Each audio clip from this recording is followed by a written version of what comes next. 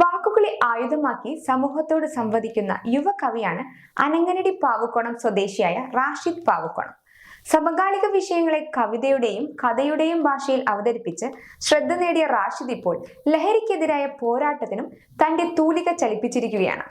Operation തൂഫാന്റെ സന്ദേശം ജനങ്ങളിൽ എത്തിക്കുന്ന പുതിയ കവിതയാണ് ഇപ്പോൾ ശ്രദ്ധ നേടുന്നത്. കവിതകൾ വെറും വരികളല്ല, സമൂഹത്തോട് പറയാനുള്ള ശക്തമായ സന്ദേശങ്ങളാണ്.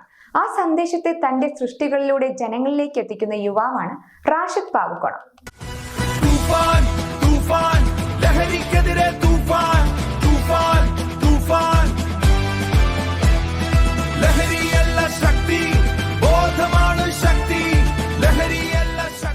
അല്ല, എനിക്ക് ചെറുപ്പം മുതലേ കഥകളും കവിതകളൊക്കെ എനിക്ക് ഇഷ്ടം കൊണ്ട് തന്നെയാണ് ഇതുവരെ എഴുതിയിട്ടുള്ളത്.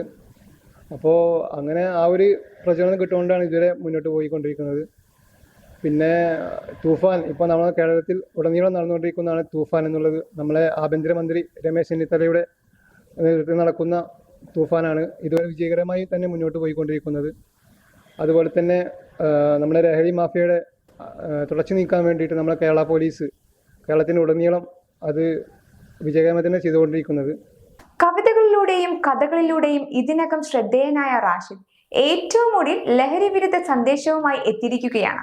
സംസ്ഥാന സർക്കാരിന്റെ ഓപ്പറേഷൻ തൂഫാൻ പദ്ധതിയെ പ്രമേയമാക്കി ഒരുക്കിയ കവിതയിൽ ലഹരിയെ ഇല്ലാതാക്കാം എന്ന ശക്തമായ ആശയമാണ് അദ്ദേഹം മുന്നോട്ട് വയ്ക്കുന്നത്. സത്യം പറഞ്ഞാൽ അത് നിങ്ങളെ ഈ ചാനലിലൂടെ അത് പുറത്തു വിടുന്നത്. കാരണം ഇതുവരെ അത് ഞാൻ ഒട്ടിയിട്ടുണ്ടായിരുന്നില്ല.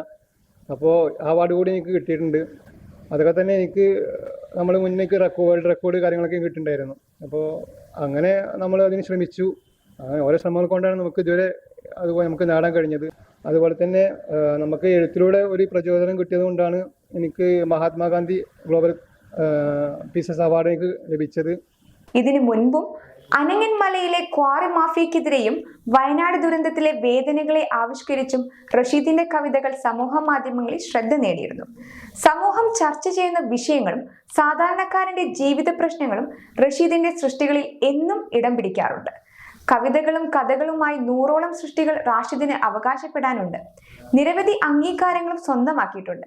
ഈ വർഷത്തെ മഹാത്മാഗാന്ധി ഗ്ലോബൽ പീസ് അവാർഡ് ലഭിച്ചതായ വാർത്തയും അദ്ദേഹത്തിന്റെ നേട്ടങ്ങൾ കൂടുതൽ മാറ്റുകൂട്ടുകയാണ്. നമ്മുടെ സമൂഹത്തിന് വേണ്ടിയിട്ട് നമുക്ക് ചിലപ്പോൾ വിമർശനങ്ങൾ വരുന്നുണ്ടാവും. അപ്പോൾ നമ്മളൊക്കെ കവിതയിലൂടെ നമ്മളത് വിമർശിക്കലുണ്ട്. അപ്പോൾ നമ്മൾ ജനങ്ങൾക്ക് നല്ലത് ചെയ്യാൻ എൻ്റേതായ പരിശ്രമങ്ങൾ ഉടനീളം ഉണ്ടാവും എന്നുകൂടി എനിക്ക് അവസരത്തിൽ പറയാനുള്ളത്.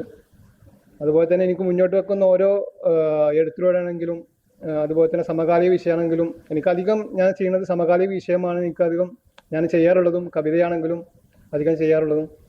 അപ്പോൾ അതൊക്കെ തന്നെ നമ്മളെ സമൂഹത്തിന് കിട്ടുന്ന റെസ്പോൺസിനനുസരിച്ചിട്ടാണ് നമ്മൾ ഓരോ കാര്യങ്ങളും നമ്മൾ ഇതുവരെ ചെയ്തുകൊണ്ടിരിക്കുന്നത്. അപ്പോൾ ഇനിയും നിങ്ങളൊരു സപ്പോർട്ട് ഉണ്ടെങ്കിൽ നമുക്കത് മുന്നോട്ട് പോകാൻ പ്രചോദനമാവും എന്നുകൂടി അവസരത്തിൽ പറയുകയാണ്.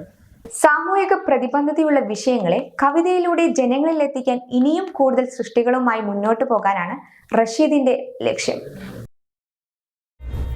The pleasure of personal banking. Mannarkkad rural service സഹകരണ ബാങ്ക്.